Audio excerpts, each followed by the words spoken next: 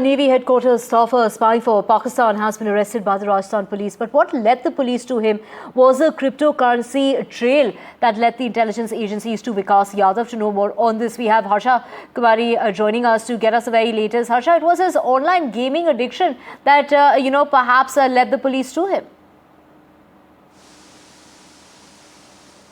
Well, actually, the police was looking at another person that they had arrested about in 2022. His name was Ravi Prakash Meena. And Ravi Prakash Meena was, if you remember, picked up from the Ministry of Defense from Sena Bhavan.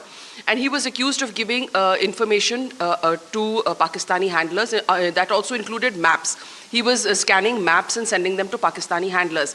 Now, when the police started looking at the money trail, they looked at how money was reaching this Ravi Prakash Meena. It was a cryptocurrency trail.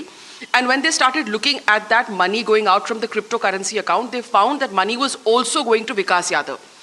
So it's the cryptocurrency trail that really connected these two in the similar case. Both of them are employees who work as clerical staff. Ravi Prakash is a fourth-class employee. He was picked up in 2022. And Vikas Yadav is an upper division clerk. So that means he has access to sensitive information inside Nausena Bhavan. Now, the cryptocurrency trail is what alerted intelligence agencies. They started seeing why so much money from a Pakistani account was reaching an UDC who was posted in Nausena Bhavan. Obviously, that's going to raise red flags.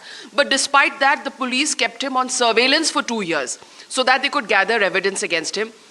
He was on surveillance for 2 years, and they figured out that he was approached through a lady called Priya Sharma. Obviously, it's a fake name. She was the handler through a Facebook account. He shut that Facebook account, and then he moved on to Telegram and WhatsApp, and he was communicating with her through Telegram and WhatsApp. Now, as a UDC in the Nausena Bhavan, he has access to sensitive information, and we know that all the files in the Ministry of Defense are classified as secret and highly sensitive. Now, he was probably, sort of scanning these files and sending these to Pakistani handlers. He could have received lakhs of rupees. There is no estimate of an exact figure, but he's definitely received rupees that run into lakhs from his handlers through the cryptocurrency channel.